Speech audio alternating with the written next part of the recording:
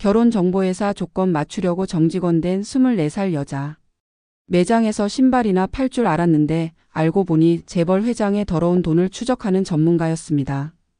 개인적인 결혼 욕심과 가족 복수 임무가 만나 탄생한 가장 완벽한 위장. 지금부터 이수빈의 통쾌한 이중 스파이 작전이 시작됩니다. 이수빈은 결혼정보회사에서 마음에 드는 남자를 발견했습니다. 하지만 조건이 하나도 맞지 않았어요. 그나마 여자가 대기업 정직원이어야 한다는 조건만 가능성이 보였어요. 수빈은 오빠 지역의 중학교 친구 박성재를 찾아갔습니다. 어렸을 때부터 봐온 오빠 친구였죠. 한 달만 정직원으로 일하게 해달라고 부탁했습니다. 성재는 허탈하게 웃으면서도 좋다고 했어요. 신발 매장 첫 출근. 성재는 수빈이 대충 신용만 하다 갈 거라 생각했습니다. 하지만 수빈은 달랐어요. 제품 정보를 빠르게 외우고 손님 응대도 완벽했습니다. 판매량도 급상승했죠. 백화점과 여러 판매직에서 쌓은 경력이 빛을 발했습니다. 그런데 퇴근 시간 수빈이 재고 창고에서 뭔가를 발견했습니다. 키즈 운동화 박스를 가리키며 수빈이 말했어요. 성재 오빠 이 신발 판매 기록엔 다 팔렸다고 나오는데 왜 창고에 그대로 쌓여 있어? 숫자가 안 맞는데? 성재는 깜짝 놀랐습니다. 자신도 몰랐던 문제를 수빈이 첫날에 찾아낸 겁니다. 수빈은 환하게 웃었지만 머릿속은 빠르게 돌아가고 있었어요. 그날 밤 수빈의 방. 노트북 화면엔 복잡한 숫자와 표가 가득합니다.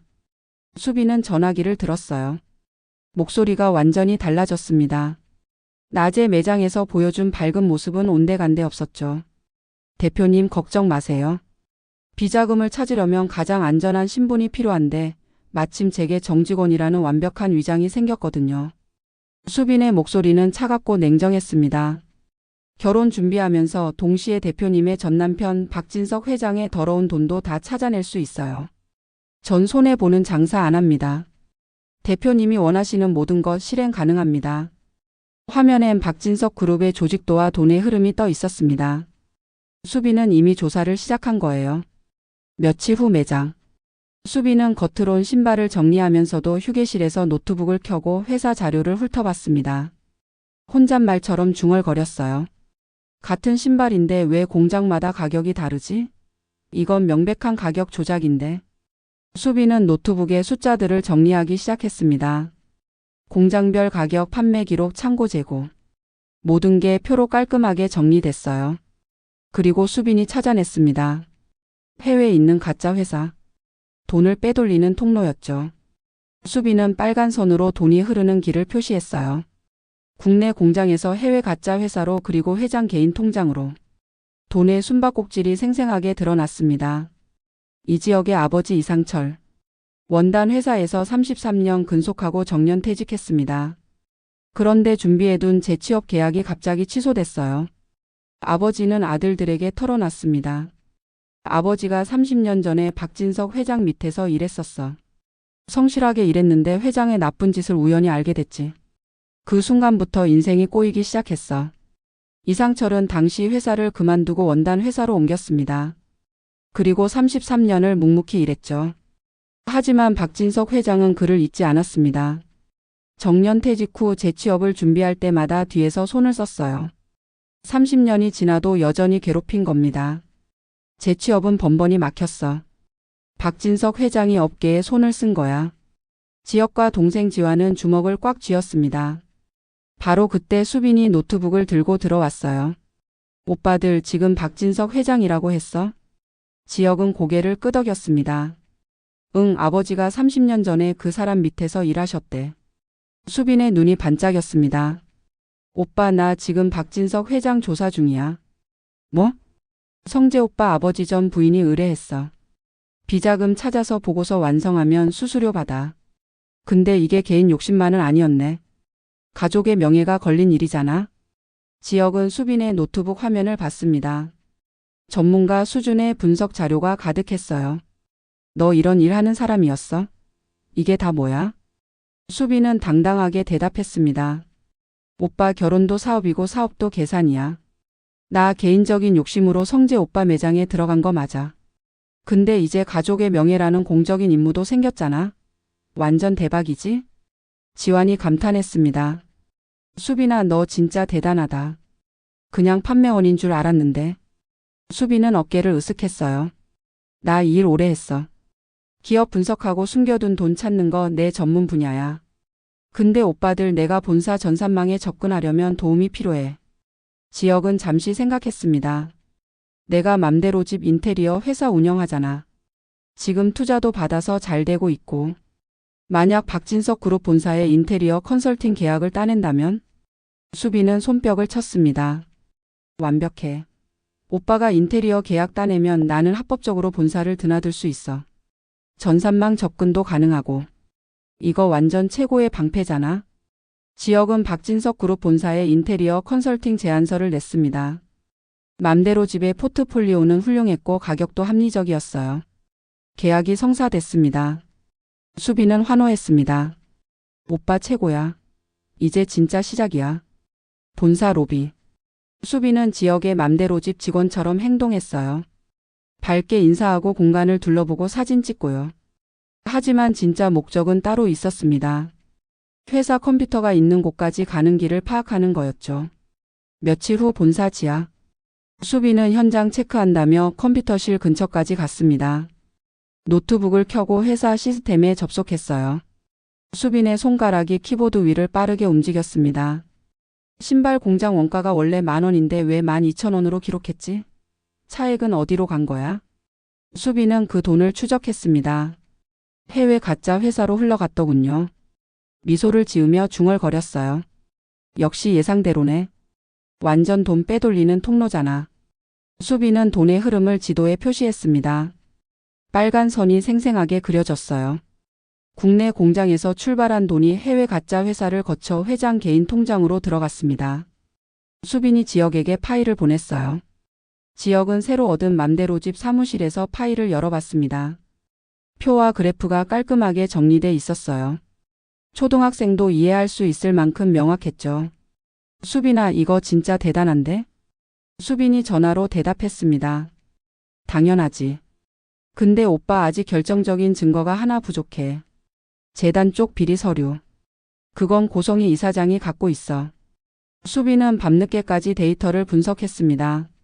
중국 공장에서 들어온 옷감이 왜 이렇게 비싸지? 이것도 돈 빼돌린 거네. 수빈은 모든 걸 정리했습니다. 어느 공장에서 언제 얼마를 빼돌렸는지. 그래프로 만들었어요.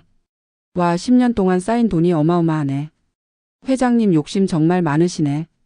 수빈은 돈의 지도를 완성했어요. 어디서 돈이 빠져나가고 어디로 흘러가고 어디에 숨겨져 있는지. 모든 게 한눈에 보였습니다. 만족스럽게 웃으며 말했어요. 이 정도면 금융 당국에 보여줘도 문제없어. 증거가 완벽해. 하지만 수빈은 멈추지 않았습니다. 더 깊이 파고들었어요. 재단 쪽 기록도 이상했습니다. 기부금은 많이 들어왔는데 실제로 쓴 돈은 적었어요. 이 돈 어디 간 거야? 수빈은 재단 이사장 고성희의 통장을 추적했어요. 복잡한 길을 거쳐 결국 고성희의 비밀 통장으로 흘러간 걸 발견했습니다. 역시 재벌가 새 부인도 한모 단단히 챙겼네. 수빈은 모든 자료를 지역에게 보냈습니다. 오빠 분석 끝났어. 숨겨둔 돈 엄청 많아. 돈이 흐른 길도 다 파악했어. 이제 결정적인 증거 서류만 확보하면 끝이야. 지은호는 고성희를 좋은 사람이라고 믿었습니다. 인테리어 손님으로 만났지만 점점 가까워졌어요. 고성희는 따뜻한 말을 건넸고 조언도 해줬고 심지어 함께 병원도 갔습니다. 은호는 고성희가 자기 마음을 다 아는 것 같아 신기했어요. 하지만 어느 날 고성희가 부탁한 서류 심부름이 수상했습니다. 재단 비리와 관련된 거였죠. 은호는 고성희 사무실 문을 두드렸습니다. 이사장님. 고성희는 부드럽게 미소 지었어요.